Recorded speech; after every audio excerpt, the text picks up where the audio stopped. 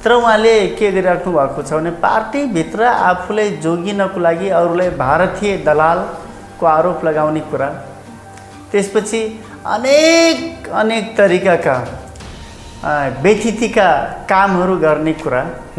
अब प्रधानमन्त्री हुनुहुन्छ, 2/3 सरकारको नेता नेतृत्व गरिराख्नु भएको छ, अनावश्यक रूपमा कानुन चेन्ज गर्न खोज्ने कुरा, अध्यादेश ल्याउने कुरा, यो त धेरै नैतिकवान त देखिएन नि।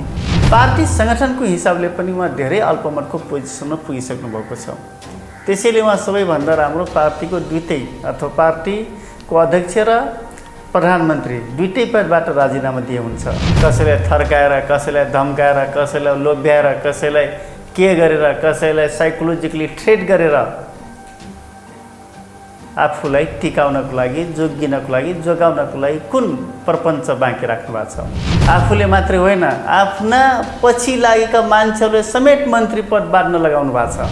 लामो 14 वर्षसम्म जेल बसेको, लामो समयसम्म कम्युनिस्ट आन्दोलनमा जीवन व्यतीत गरेको मान्छे प्रधानमन्त्री फेरि अर्को अध्यादेश ल्याउने हल्ला गरिराख्नु भएको छ। त्यो पनि के हो के नै भनेपछि पार्टी एउटा निर्दलीय व्यवस्था त होइन नि, राजाको व्यवस्था त होइन नि, अथवा निरङ्कुश व्यवस्था त होइन नि। धेरै सबै सत्यको प्रमाण हुँदैन र सत्य सत्य नै हो भनेको प्रधानमन्त्रीले मन्त्री बनाउने लोभ भ्याउनु भएको सत्य हो। यसमा त 100% सत्य हो।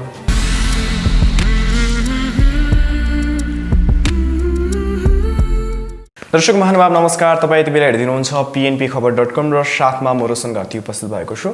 पछिल्लो समय झन्नै 2/3 बहुमतको नेकपा सरकार पछिल्लो समय विवादमा तानिएको छ र विवादको पछाडि खास गरी सत्ता मोह भनेर बाहिर बहस चलिरहेको छ। यस विषयमा हामीसँग कुराकानी गर्नको लागि दाङ क्षेत्र नम्बर 1 का सांसद माननीय टेकमणि चौधरी हुनुहुन्छ। यहाँलाई स्वागत छ। नमस्ते। पछिल्लो समय नेकपा विवादको समाधानको निष्कर्षमा पुग्यो भनेर बाहिर आइरहेको छ। निष्कर्षमा पुगिसकेको हो? निष्कर्ष छलफल नभइकन निष्कर्षमा पुग्ने कुरै हुँदैन। हजुर। अब अहिले केही समय अब स्ट्यान्डिङ कमिटीको मिटिङ हजुर अब रोकिएपछि अब यो निष्कर्षमा पुगेको जस्तो, छलफल टुङ्गिएको जस्तो अथवा सहमति भइसकेको जस्तो देखिएको छ। तर जुन चिजलाई लिएर, जुन विषयलाई लिएर हामी छलफल गरिरहेका थियौँ, पार्टीलाई एउटा विधिमा चलाउने कुरा, त्यसपछि पार्टीलाई सिङ्गो पार्टीकै साथीहरूको बिचमा छलफल गरेर निष्कर्ष निकाल्ने कुरा, त्यसपछि समूहमा छलफल गर्ने कुरा, त्यो विषयमा चाहिँ अझै टुङ्गो लाग्न सकेको छैन। तर पछिल्लो समय प्रधानमन्त्री केपी शर्मा ओलीको प्रधानमन्त्री पद र अध्यक्ष दुवै पदबाट राजीनामा मागिएको थियो, तर एकाएक यो मिल्यो भन्ने कुरा आइरहेछ नि बाहिर। नै अब राजीनामा माग्नको लागि त थाई कमिटीको बैठक त जारी हुनु पर्यो नि, बैठक चल्नु पर्यो नि।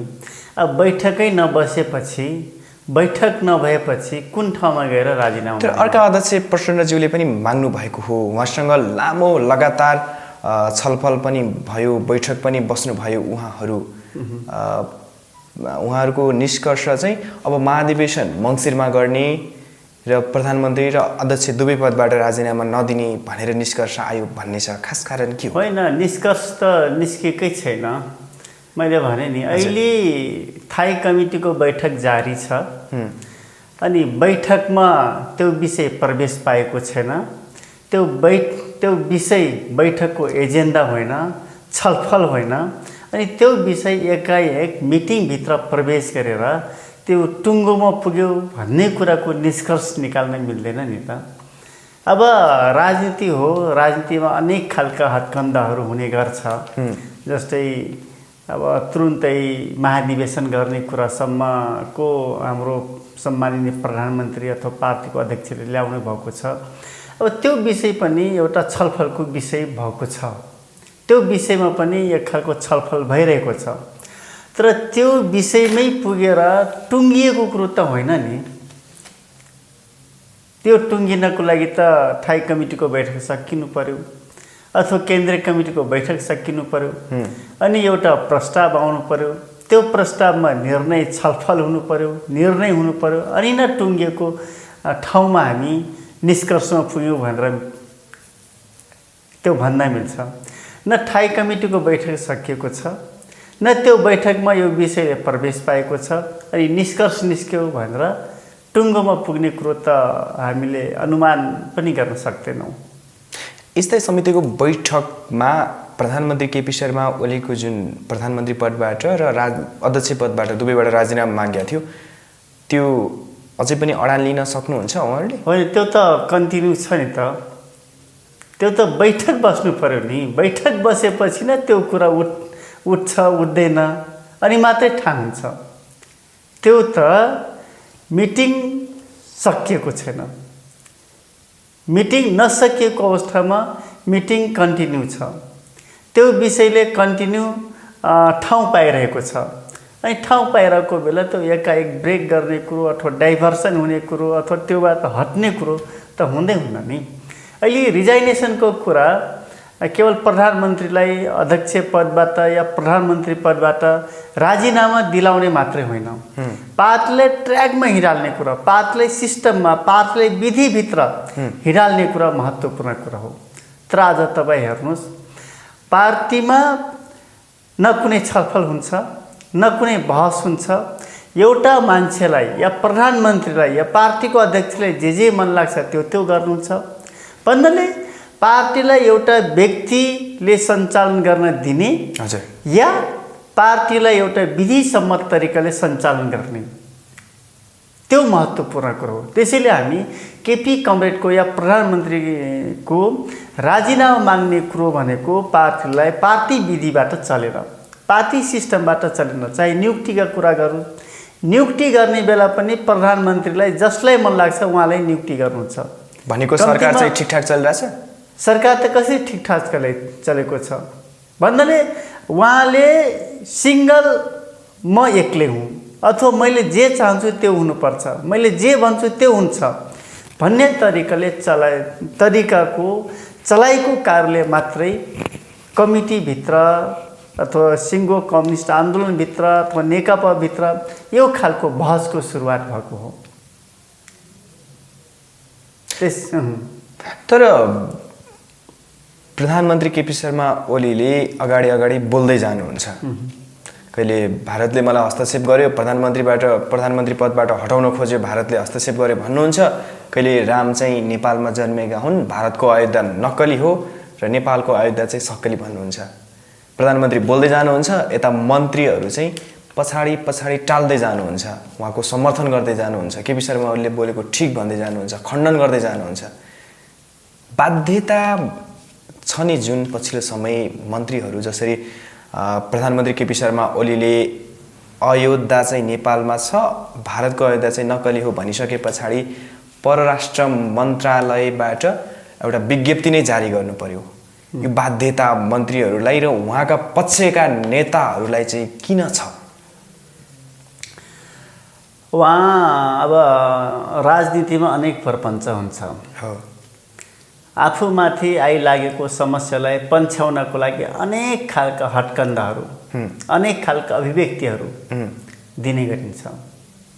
मैले यहाँलाई एउटा उदाहरण धेरै ठाउँमा पनि बोलिरहेको छु। हजुर, अमेरिकामा कुनै बेला अमेरिकाको राष्ट्रपति बिल क्लिन्टन र एकजना लेडिज मोनिका बिचको अवैध सम्बन्ध थियो। हजुर, र त्यो विषयलाई लिएर अमेरिकी सिनेटमा राष्ट्रपतिको विपक्षमा निकै ठुलो आवाज जब बन्ने सम्भावना हुन्थ्यो, त्यसबेला क्लिन्टनले के गर्थे भने इराकमाथि आक्रमण गर्थे र आफूमाथि आइपरेको समस्यालाई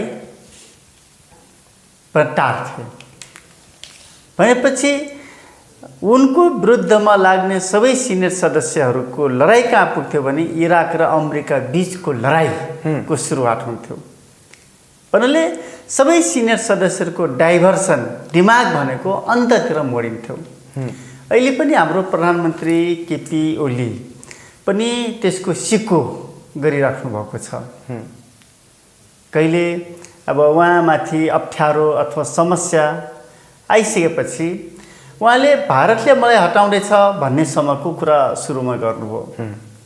त्यसपछि सांसदहरूलाई किनबेच गर्नको लागि एसबिआई ब्याङ्कबाट निकै ठुलो सङ्ख्यामा पैसा निस्क्यो भन्नेसम्मको प्रचारमा आयो, होइन? त्यो पैसा चाहिँ कसले निकाल्नु भएको? सांसद चाहिँ भन्नाले कुनै नेताहरूसँग जोडेर त्यो खालका कुराकानी गर्नुभयो। यतिले मात्रै पुगेन, राष्ट्रपतिलाई महाभियोगको कुराको प्रसङ्ग समेत ल्याउनुभयो। भन्नाले आफूलाई सेभ गर्नको लागि, आफ्नो संरक्षण गर्नको लागि आफूसँग राष्ट्रपतिलाई समेत जोड्ने काम गर्नुभयो। त्यसपछि त्यो त प्रधानमन्त्री बोल्नुहुन्छ, त्यहाँका पछाडिका मन्त्रीहरू, उहाँका पक्षका नेताहरू चाहिँ उहाँलाई बचाउको पक्षमा किन लागिरहेछन्? तपाईँहरू नराम्रो काम गरिरहनु भएको छ, उहाँले सरकार चाहिँ ठिक ढङ्गले चलिरहेको छैन, पार्टी पनि ठिक ढङ्गले चलिरहेको छैन भनेर आवाज उठाइरहनु भएको छ। स्थायी समितिका थुप्रै नेताहरूले पनि त्यो भनिरहनु भएको छ। थुप्रै कार्यकर्ताहरूदेखि विपक्षीदेखि नेपाली आम नागरिकले सरकार ठिक ढङ्गले चलेन भनेर विरोध गरिरहेछन् भने उहाँका निकटका केही नेताहरूले उहाँको पक्षमा बोल्नुपर्ने त्यो चाहिँ बाध्यता चाहिँ किन छ?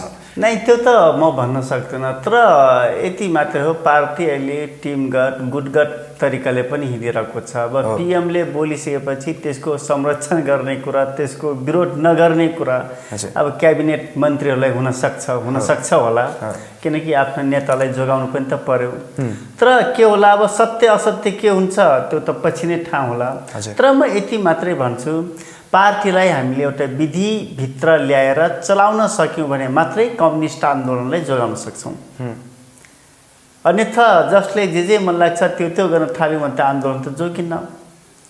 त्यसैले कम्युनिस्ट आन्दोलनमा ठिकलाई ठिक, बेठिकलाई बेठिक भन्ने आँट, हिम्मत, साहस हामी सबैले गर्नुपर्छ। जस्तै तपाईँले क्वेसन गरिराख्नु भएको छ, केपीका सम्मान्य प्रधानमन्त्रीले बोलिराख्नु भएको छ, उहाँलाई प्रोटेक्ट गर्ने अर्को टिम त्यो खडा भइरहेको छ भन्ने कुरो। अब उहाँहरूको नजरमा त्यो सत्य लाग्न सक्छ होला, जनताहरूको नजरमा त्यो बेठिक हुनसक्छ, होइन? सत्य लाग्ने मान्छेहरूलाई, कमरेडहरूलाई, त्यस्ता नेताहरूलाई, मन्त्रीहरूले त्यो खालको प्रोटेक्सन गर्न सक्नुहुन्छ। तर मलाई लाग्छ तपाईँले गरेको क्वेसन जस्तो त होइन। अहिले कुनै पनि मन्त्रीले जस्तोको तस्तै उहाँलाई संरक्षण गर्ने कुरा, उहाँले बोलेका कुरालाई टाल्ने कुरा कसैले गरेको सुने त छैन म। यस्ता के कुराहरू, के चिजहरू कोहीले यस्ता अभिव्यक्तिहरू दिन सक्छन्। जस्तै परराष्ट्र मन्त्रीको कुरा गर्नु, परराष्ट्र मन्त्रीले पनि जस्तोको तस्तै संरक्षण कहाँ गर्नुभएको छ? उहाँले त भनेको स्टेटमेन्ट निकालेको कुरा के हो भने, यो अभिव्यक्तिले इन्डियाका जनताहरूलाई, नेपालका जनताहरूलाई यदि चोट पुगेको छ भने त्यसमा हामी क्षमा याचना गर्न चाहन्छौँ भन्ने कुरा नै गर्नुभएको थियो। तर पिएमले भने जस्तै अयोध्या नेपालमै पर्छ, यो नै ठिक हो भन्ने कुरो परराष्ट्र मन्त्रालयले स्टेटमेन्ट त निकाल्यो। यदि प्रधानमन्त्रीले अनुसन्धान गरेर त्यहाँ विज्ञ टोलीहरू खटाएर अनि ऐतिहासिक दस्तावेज भेटाएर यो ठोरी, जुन पर्साको ठोरी चाहिँ सक्कली अयोध्या भनेर भन्नुभएको छ, त्यो चाहिँ यदि अनुसन्धानबाट प्रमाणित भइदिया भए त त्यो स्पष्टीकरण दिनु पर्दैन थियो होला नि त। त्यो सुरुमै त्यो तर एउटा कुरा, हामी कम्युनिस्टहरू हामी सधैँ धर्मलाई अफिम मान्छौँ। त्यसपछि कुनै बेला रामका कुरा, जानकीको कुरो, अयोध्याका कुरालाई हामीले कल्पनाका कुरा भन्छौँ। अब कुनै बेला कुनै व्यक्तिलाई स्थापित गर्नु छ भने त्यो विषयमा, त्यो व्यक्तिको बारेमा आमुक कथाहरू जोडेर त्यो मान्छेलाई स्थापित गर्ने काम हुन्छ। त्यसैले हामी कम्युनिस्टहरू यो रामको कुरा, सीताका कुरा, अयोध्याका कुरा, धर्मका कुरा जोडेर अहिले अनावश्यक बहस गर्नुपर्ने कुनै जरुरी छैन। तर पनि यो पनि के हुनसक्छ भने, जुन प्रधानमन्त्रीमाथि जुन छ दबाब छ, प्रेसर परिरहेको छ, अथवा प्रधानमन्त्री बेठिक गरिराख्नु भएको छ, त्यो विषयलाई डाइभर्सन गर्नको भनेको प्रधानमन्त्रीले राजनीतिक कार्ड मात्रै फालेका हुन्। एकदम एउटा अस्त्र हुनसक्छ, यो बाहेक अरू केही पनि होइन। तपाईँले भनिरहनु भएको छ प्रधानमन्त्री केपी शर्मा ओलीले चाहिँ पार्टी फुटाउने पक्षमा छन् भनेर पनि भन्नु भएको छ। पार्टी फुटाउन खोजेका हुन् या प्रधानमन्त्री केपी शर्मा ओलीलाई अध्यक्ष पद, उहाँले त आफू त यो चाहिँ जेट विमान हो, जेट विमानका 2 पाइलट हो, म चाहिँ मुख्य पाइलट हुँ भनेर भनिरहनु भएको छ। मुख्य पाइलटलाई जिम्मा दियो भने विमान दुर्घटना पर्ने सम्भावना बढी हो। तपाईले के बुझ्नु पर्यो भने एउटा प्लेनको 2टा पाइलट, यदि त्यो हो भने मुनि पनि त कुनै रेल होला, कुनै बस होला, कुनै कार होला, त्यो चलाउने मान्छे पनि त छन् नि। हो, आफूलाई चाहिँ सुरक्षा गर्नको लागि 2टा अध्यक्ष बनाउनु पर्ने। तर मुनि उहाँ जस्तै महाधिवेशनबाट या अधिवेशनबाट निर्वाचित हुने मान्छेहरू, अध्यक्षमा निर्वाचित भएका मान्छेहरू सचिव भइदिनु पर्ने, सचिव भएका मान्छेहरू छोडिनु पर्ने, यस्तो पनि हुन्छ। त्यसैले जुन शैली, जुन तरिका उहाँहरू पार्टी चलाउने तरिका अपनाएर राख्नु भएको छ त्यो नै बेठिक छ। तपाईँले संसारमा कहीँ देख्नु भएको छ एउटा पार्टी, एउटा संस्था, एउटा सङ्गठनका 2टा, 3टा, 4वटा, 5वटा अध्यक्ष भएको कहीँ देख्नु भएको छ? उपाध्यक्ष चाहिँ सेक्टर वाइज उपाध्यक्ष हुन सक्छन्, वाणिज्य उपाध्यक्ष होइन, अथवा ब्याङ्किङ उपाध्यक्ष, अथवा अर्को उपाध्यक्ष। तर एउटा सङ्गठन या कमिटी या पार्टीको अध्यक्ष नै 2टा हुने कुरा त बेठिक हो नि।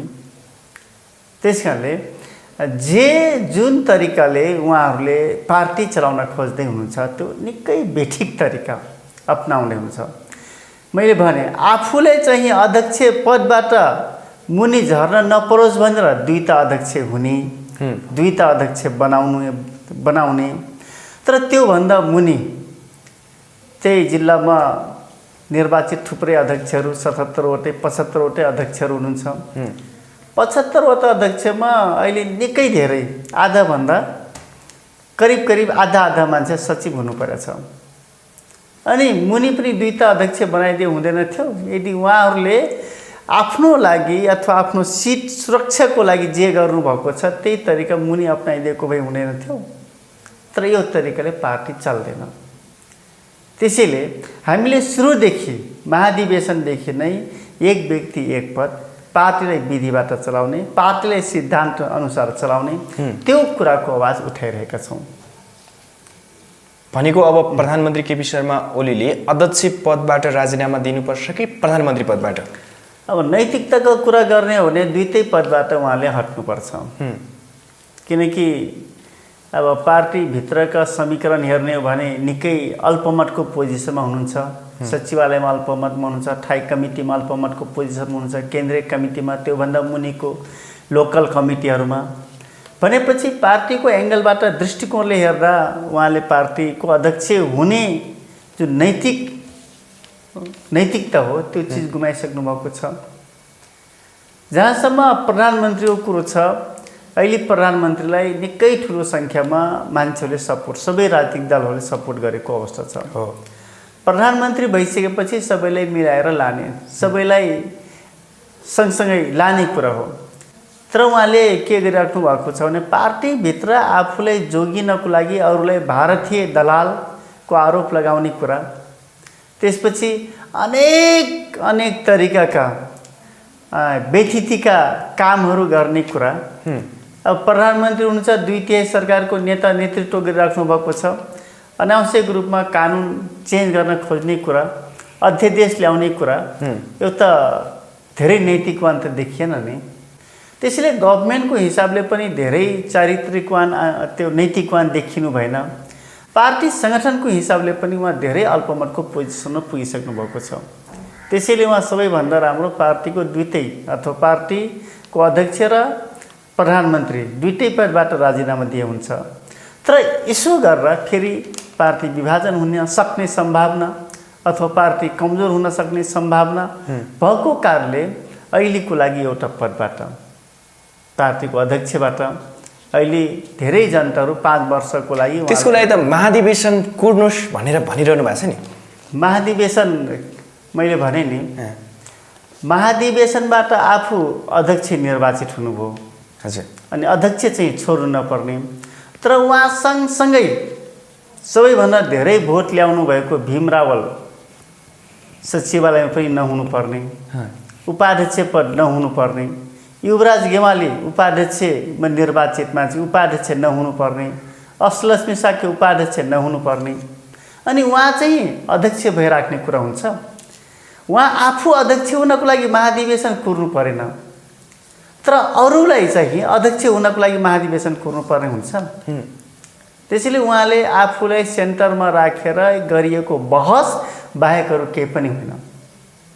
मैले भने नि, त्यसो भए अर्का अध्यक्ष प्रचण्डज्यूले अध्यक्ष दियो भने पार्टी सही ढङ्गले अगाडि बढ्छ भन्ने मैले प्रचण्ड यो र त्यो व्यक्ति भन्दैन, हजुर। तर यति मात्रै भन्छु, पार्टी एउटा सिस्टमभित्र विधिभित्र ल्याउनुपर्छ। चाहे प्रचण्ड हो, चाहे माधव नेपाल, चाहे झलनाथ खनाल, या उहाँ बाहेक अरू कुनै भनेको एक व्यक्ति एक पद हुनुपर्छ भन्ने हो। पनि एउटा व्यक्ति एउटा पद। उहाँलाई जनताले 5 वर्षको लागि निर्वाचित गरेका छन्, ठिक छ, तर उहाँले अध्यक्ष पद छोडे हुन्छ। तर तपाईँ आफैले भन्नुभएको छ गाउँका सांसदहरूलाई काठमाडौँ बोलाएर तमसुक गरेर मलाई सपोर्ट गर, म तिमीलाई मन्त्री बनाइदिन्छु। त धेरै गर्नुभएको छ नि। मान्छेलाई लोभ लालच, कसैलाई थर्काएर, कसैलाई धम्काएर, कसैलाई लोभ्याएर, कसैलाई के गरेर, कसैलाई साइकोलोजिकली थ्रेट गरेर आफूलाई टिकाउनको लागि, जोगिनको लागि, जोगाउनको लागि कुन प्रपञ्च बाँकी राख्नु भएको छ? भए जति सबै हत्कण्डाहरू प्रयोग गर्नुभएको छ। ट्याक्क कसैलाई मन्त्री बाँध्दै हिँड्नु भएको छ। आफूले मात्रै होइन, आफ्ना पछि लागेका मान्छेहरूले समेत मन्त्री पद बाँड्न लगाउनु भएको छ। भनेपछि यदि पार्टीलाई सिस्टममा चलाएको भए, विधि तरिकामा चलाएको भए, एउटा दृष्टिकोणमा चलाएको भए यो पोजिसन त आउने थिएन नि। 5 वर्षको लागि ट्याक्क प्रधानमन्त्री, कसैले उहाँको आलोचना गर्न सक्ने अवस्था थियो? त्यो खालको अवसरै आउने थिएन। त्यसैले जे परिस्थितिको सिर्जना हुँदैछ उहाँ आफ्नै कारणले, अरू कसैको कारणले होइन, आफ्नो दम्भ, आफ्नो घमण्ड, आफ्नो इगोको कारणले यो खालको परिस्थितिको सिर्जना हुँदैछ। यसलाई उहाँले करेक्सन गरेर जानुपर्छ। सच्चिनु भएन भने उहाँ सच्चिनु भएन भने उपाय के हुन्छ? उपाय त पार्टी अगाडि जान्छ, उहाँ पछाडि पर्नुहुन्छ। त्यस तरह सच्चिनु बाहेक अर्को उपाय छैन। उहाँ सच्चिनु भएको छ। लामो 14 वर्षसम्म जेल बसेको, लामो समयसम्म कम्युनिस्ट आन्दोलनमा जीवन व्यतीत गरेको मान्छे प्रधानमन्त्री, अनि उहाँ सकिनु भनेको आन्दोलन पनि कुनै न कुनै तरिकाले कमजोर हुन्छ भनेको। त्यसको लागि उहाँ सच्चिनु पर्छ। त्यसको लागि जनताहरू नै उर्लिनु पर्ने हो कि तपाईहरु पार्टी भित्रकै व्यक्तिहरूले कार्य गर्नुहुन्छ? पार्टी भित्रै यसमा प्रधानमन्त्री बनाउने कुरामा पछिल्लो अवधिमा संसदीय दलको नेता हुनुभयो अनि प्रधानमन्त्री हुनुभयो। त्यस पार्टी जनताले जिताए, तर संसदीय दलको नेता बनाउने कुरा कम्युनिस्ट पार्टीका मान्यज्यूहरूले बनाउनु भयो। त्यो बनाउने ठाउँमा पुग्नको लागि केन्द्रीय अथवा टप लेभलका शीर्ष नेतृत्वले सहमति गर्नुभयो। भनेपछि यो अब हाम्रो कुरा हो। जनताहरूले सडकमा उर्लिनु पर्ने, कोही बचाउनको लागि, कोही हटाउनको लागि यो कुनै जरुरी छैन। अब केन्द्रीय कमिटीको मिटिङ बस्ने या थाई कमिटीको मिटिङ बस्ने, केपी कमरेडले अथवा प्रधानमन्त्रीले विगतमा जे भयो भयो, म जति गल्ती गरे, अबदेखि मबाट मेरो तर्फबाट गल्ती हुँदैन। अब पार्टी ठिक ट्र्याकबाट एउटा विधि बनाऊ, विधिको आधारमा पार्टी चलाऊ। कुनै ठाउँमा नियुक्ति गर्नु पर्यो अथवा कुनै निर्णय गर्नु पर्यो भने सहमतिमा गरौँ। पहिले थाई कमिटीको मिटिङ बसौँ अथवा कुनै न कुनै सचिवालयले प्रस्ताव तयार पारौँ। त्यसपछि एउटा संस्थागत निर्णय गरौँ, निर्णय गरेर अगाडि बढौँ। जस्तै अध्यादेश ल्याउने कुरोमा पनि पार्टीभित्र कसैसँग सहमति भएन। यही अहिले चालु अधिवेशन रोक्ने कुरोमा पनि सभामुखलाई समेत थाहा भएन। आखिरमा आज हामी राष्ट्रपति, हामी एउटै पार्टीको, प्रधानमन्त्री, क्याबिनेट, सभामुख सबै हामी एउटै पार्टीको भइसकेपछि कम्तीमा छलफल त हुनु पर्थ्यो नि। सभामुखसँग छलफल हुनु पर्थ्यो। अब विधेयकहरू कुनै पास गर्नुपर्ने छ कि छैन, अथवा बाँकी छ कि छैन, गर्नै पर्ने के छ, होइन? सदन स्थित गर्दैछौँ, के गरौँ भनेर शीर्ष नेतृत्वमा छलफल हुनु पर्थ्यो। त्यो पनि भएन। फेरि अर्को अध्यादेश ल्याउने हल्ला गरिराख्नु भएको छ, त्यो पनि के हो के नै। भनेपछि पार्टी एउटा निर्दलीय व्यवस्था त होइन नि, राजाको व्यवस्था त होइन नि, अथवा निरङ्कुश व्यवस्था त होइन नि। एउटा व्यक्तिले भन्यो सक्यो, यो त लोकतान्त्रिक गणतन्त्र उन्मुख शासन व्यवस्था हो। हामी बहुदलीय व्यवस्थामा छौँ। बहुदलीय व्यवस्था भइसकेपछि धेरै दलहरू छन्। कम्तीमा आफ्नो नेताहरूको बिचमा केही संस्थागत निर्णय नगरे पनि, संस्थागत निर्णय गर्न सक्ने पोजिसन नभए पनि पछि निर्णय गर्ने गरी सहमति त हुनु पर्थ्यो नि। अहिले कम्युनिस्ट पार्टीभित्र comrade Prachanda, comrade Madhav Nepal, comrade Jhalanath Khanal, यहाँ त प्रधानमन्त्री भइसकेको मान्छे, वामदेव गौतम, केपी कमरेडकै हाराहारीको मान्छे भनेपछि यो टप लेभलका शीर्ष नेतृत्व बिचमा त छलफल त हुनु पर्थ्यो। सबै थोक सबै चिज केपी ओली त होइन नि, सबै विद्वत त केपी ओलीमा मात्रै त छैन नि। त्यो त सबैको बिचमा सहमति, सल्लाह, छलफल गरेर मात्रै हामीले एउटा राम्रो निष्कर्ष निचोड निकाल्न सक्छौँ। ओके, तपाईँले अघि भन्नुभयो मन्त्री बनाउने लोभमा सांसदहरूलाई चाहिँ उहाँको पक्षमा उभिन लगाइयो भनेर, त्यसको तपाईँले खण्डन पनि त गर्नु पर्ला नि। म कुन विषयमा खण्डन गर्नुपर्छ? त्यो विषयमा जसरी सांसदहरूलाई भनिसके पछाडि, बोलाइसके पछाडि, लोभ्याइसके पछाडि त्यसको त केही प्रमाणहरू होला नि तपाईँसँग? प्रमाण त अब बोलेका प्रमाणहरू अहिले तपाईँले मेरो रेकर्ड गरिराख्नु भएको छ र प्रमाण छ, प्रमाण हुन्छ होइन। जब यसको रेकर्ड हुँदैन अथवा केही पनि हुँदैन भने के प्रमाण हुन्छ? सबै थोकको सबै चिजको प्रमाण हुँदैन। धेरै सत्य सबै सत्यको प्रमाण हुँदैन, तर सत्य सत्य नै हो। भनेको प्रधानमन्त्रीले मन्त्री बनाउने लोभ्याउनु भएको सत्य हो। यसमा त 100% सत्य हो। त्यो बेगर सत्य त बेगर। हजुर, हामीले यस्ता कुराहरू मिडियामा बोल्न मिल्छ? मिल्दैन नि त। त्यो नैतिकताले पनि दिँदैन। सडकदेखि सदनसम्म सरकार भ्रष्टाचारमा चुर्लुम्म डुब्यो भन्ने छ। पछिल्लो कोरोना सङ्क्रमण अर्थात् कोभिड-19 को यो रोकथामको लागि त 10 अर्ब रुपियाँ कता गयो भनेर यसको हिसाब किताब अझै बुझाइसकेका छैन भनेर जुन प्रकारको आरोप लागिरहेछ नि सरकारलाई, यसलाई चाहिँ तपाईँले कसरी हेर्नु भएको छ? नै म यो भ्रष्टाचार भयो भनेर त म त्यो ठाउँमा पुगेको छैन होइन। अब सबै थोक सबै चिज सडकमा जे बोलिन्छ त्यो नै फाइनल सत्य हो भन्ने ठाउँमा त म पुगेको छैन। तर यस्ता खालका आलोचनाहरू हुने कुरा बेठिक हो। त्यति राम्रो कम्युनिस्ट आन्दोलन, कम्युनिस्ट पार्टीको सरकारको लागि शोभनीय विषय होइन। आज स्वास्थ्य मन्त्री हाम्रो विद्यार्थी आन्दोलनबाट खारिएका निकै महत्त्वपूर्ण व्यक्ति भानुभक्त ढकाल हुनुहुन्छ। उहाँले भ्रष्टाचार गर्नु भा होला भनेर म अनुमान र कल्पना समेत गर्न सक्दैन। त्यो गर्नु उहाँको लेभलबाट उहाँ आफैले त्यो ठाउँमा पुग्न सक्नुहुन्न। तर म यति भन्न चाहन्छु, यस्तो खालको आलोचना हाम्रो लागि सुहाउने विषय होइन। र फेरि यो कोभिड-19 म यति धेरै खर्च भयो अथवा हिसाब किताब दिनुपर्छ भन्ने सडकबाट आवाज उठ्नु ठिक हो। किनकि सडकको आवाज भनेको जहाँ विश्वास हुन्छ, जहाँ आस्था हुन्छ, त्यही विषयमै आलोचना, उसैको आलोचना गर्ने त हो। तर म यति मात्रै भन्छु, यो कोभिडसँग जोडिएका यो डिजिजसँग निकै महँगो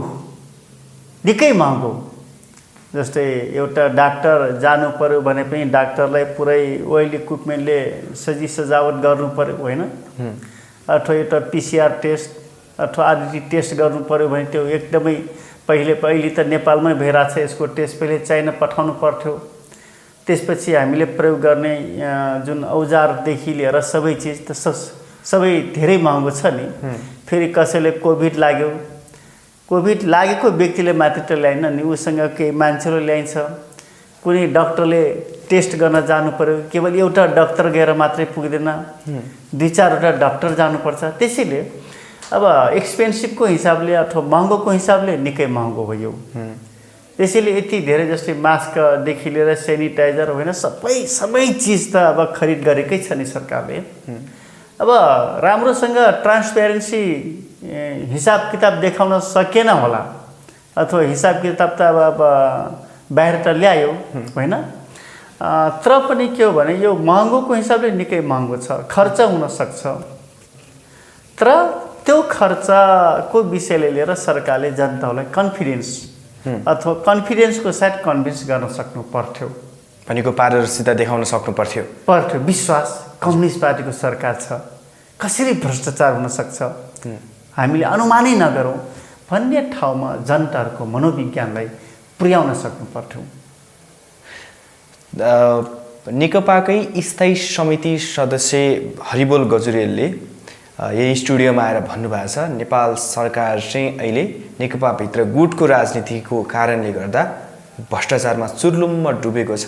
गुटको राजनीति सञ्चालन गर्नको लागि पार्टीको पैसा खर्च गर्न मिलेन, त्यसको लागि चाहिँ भ्रष्टाचार भयो, यो भ्रष्टाचार बढेर गयो भन्नुभएको छ।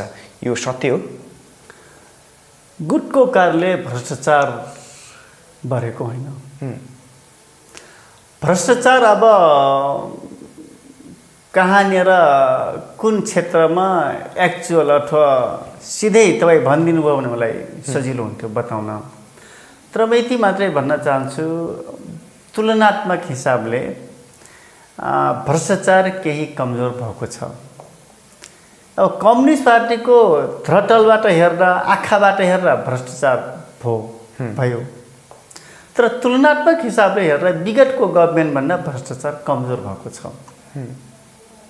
तर कमजोर भ्रष्टाचार भएको कारणले अझ शून्य भ्रष्टाचार होस्, भ्रष्टाचारै नहोस् भन्ने एङ्गलबाट जनताहरूको लेभलबाट कुरा उठेको छ। किनकि अहिले त 2/3 कम्युनिस्ट पार्टीको सरकार छ। 2/3 कम्युनिस्ट पार्टीको सरकार भनेको निकै ठुलो सङ्ख्यामा जनताहरूले हामीलाई भोट गर्नुभएको छ, हाम्रो आन्दोलनलाई सपोर्ट गर्नुभएको छ।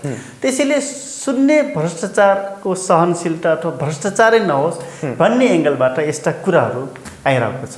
र जहाँसम्म भ्रष्टाचारको कुरा गर्नुभएको छ, यो मनोवृत्ति कुनै मान्छेहरूको त्यही खालको विशिष्ट हुन्छ नि, घुस नखाइकन नहुने, भ्रष्टाचार गरिएन भने नेतै भइन्न कि भन्ने त्यस्तो मनोविज्ञान पनि हुनसक्छ। त्यसकारण त्यस्तो मनोविज्ञानले पनि काम गरेको हुनसक्छ। ओके, एकअर्कालाई आरोप प्रत्यारोप लगाउने कुरा त छँदैछ। नेकपा भित्रको विवाद पनि यतिसम्म चर्क्यो कि त्यो ठुलो बहसको विषय बन्यो, त्यो घरभित्रै सकिनुपर्ने विषय हो। तपाईँहरूले पनि प्रधानमन्त्री केपी शर्मा ओलीले चाहिँ अध्यक्ष र प्रधानमन्त्री दुवैबाट राजीनामा दिनुपर्छ भनेर पनि भनिरहनु भएको छ। नत्र हामी पार्टीलाई चाहिँ जसरी भए पनि राम्रोसँग सञ्चालन गर्नुपर्छ, विधिको तरिकाले अगाडि बढाउनुपर्छ भन्ने तपाईँहरूको धारणा छ। खास कसरी चाहिँ अगाडि बढाउँदा पार्टी चाहिँ राम्रोसँग सञ्चालन हुनसक्छ? जनताले त्यत्रो विश्वास गरेर दिएको 2/3 बहुमतको कदर हुनसक्छ? अब सबैभन्दा राम्रो कुरो कम्युनिस्ट पार्टीलाई चलाउनको लागि एउटा विधि हामी बनाउनुपर्छ, विधि स्थापित गर्ने। त्यसपछि त्यो विधिको आधारमा कार्यकर्तादेखि नेतासम्म सबैले चल्ने, सबै सञ्चालित हुने। मान्छेको अनुहार हेरेर, गुट हेरेर अथवा निकटता हेरेर निर्णय गर्नुभन्दा त्यो विधिभित्र पर्छ कि पर्दैन। जस्तै विगतमा हामीले निर्णय गऱ्यौँ नि, दुईटा पार्टीको समायोजन गर्दाखेरि माओवादी अध्यक्ष त पूर्व माओवादी अध्यक्ष भएको ठाउँमा पूर्व एमालेका मान्छे सचिव हुने, अथवा पूर्व एमालेका मान्छे अध्यक्ष भएको ठाउँमा पूर्व माओवादीका साथीभाइहरू सचिव हुने एउटा विधि भन्यो, टुङ्ग्यौँ नि। 77 जिल्लामा अध्यक्ष र सचिव टुङ्ग्यौ, एउटा विधि बन्यो न टुङ्ग्यौ। त्यसपछि अर्को के गर्यो भने इन्चार्ज भएको ठाउँमा, प्रदेशको इन्चार्ज भएको ठाउँमा, जस्तै माओवादीका साथी इन्चार्ज हुनुहुन्छ भने एमालेका मान्छे संयोजक हुने कुरा होइन, एउटा विधि बन्यो र टुङ्गियो। त्यसैले यस्तो विधि हामीले निर्माण गर्नुपर्छ जुन विधिले कुनै पनि प्रकारको कन्फ्लिक्टहरू सिर्जना हुन नसकोस्।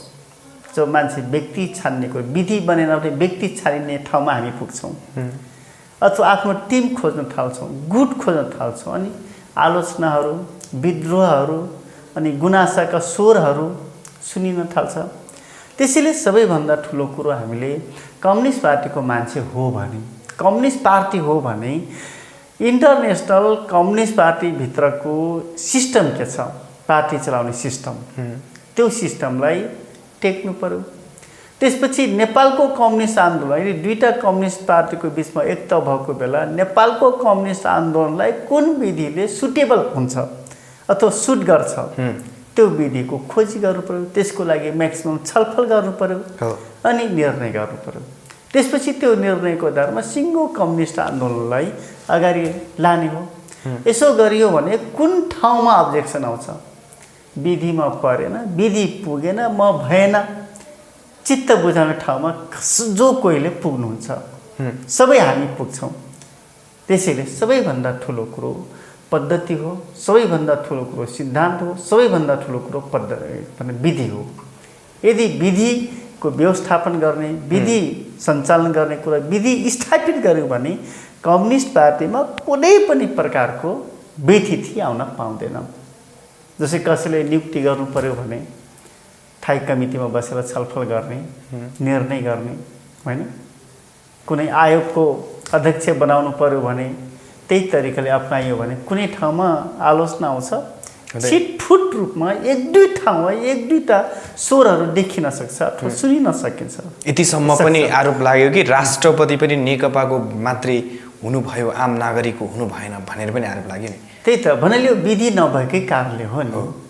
कुनै ठाउँमा नियुक्ति गर्नु पर्यो भने राष्ट्रपतिले भनेको मान्छेले नियुक्ति गर्ने, प्रधानमन्त्रीले आफ्नो गोजीको जस्तो मान्छे नियुक्ति गर्ने, मन्त्री बनाउनु पर्यो भने म बनाउँछु है भनेर आश्वासन दिइराख्नु पर्ने, यो त सबै किन भइरहेछ भने विधि नभएकै कारणले यो सबै चिज भइरहेछ।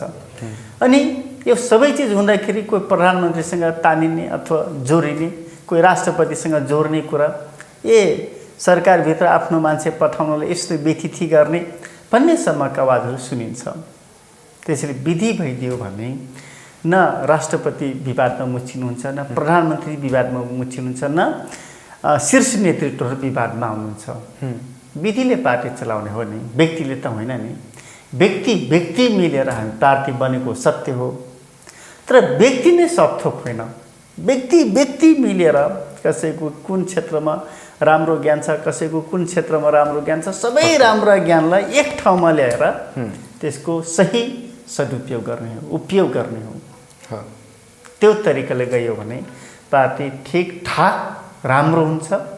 केवल 5 वर्ष मात्र होइन, हामी सयौँ वर्षसम्म नेपालमा कम्युनिस्ट आन्दोलनलाई, कम्युनिस्ट पार्टीको शासन व्यवस्थालाई स्थापित गर्न सक्छौँ। र केवल हामी मात्र होइन, संसारभरिका मान्छेहरू, कम्युनिस्ट आइडियोलोजीसँग नजिक भएका मान्छेहरू नेपालको कम्युनिस्ट आन्दोलनबाट सिक्ने ठाउँ र थलोको रूपमा समेत हामी यसलाई विकास गर्न सक्छौँ यदि विधि बनायौँ भने। हस्, यहाँको समय र विचारको लागि धेरै धेरै धन्यवाद। मलाई पनि मेरो कुरो राख्ने मौका दिनुभयो, यहाँप्रति हार्दिक आभारी छु, धन्यवाद दिन चाहन्छु।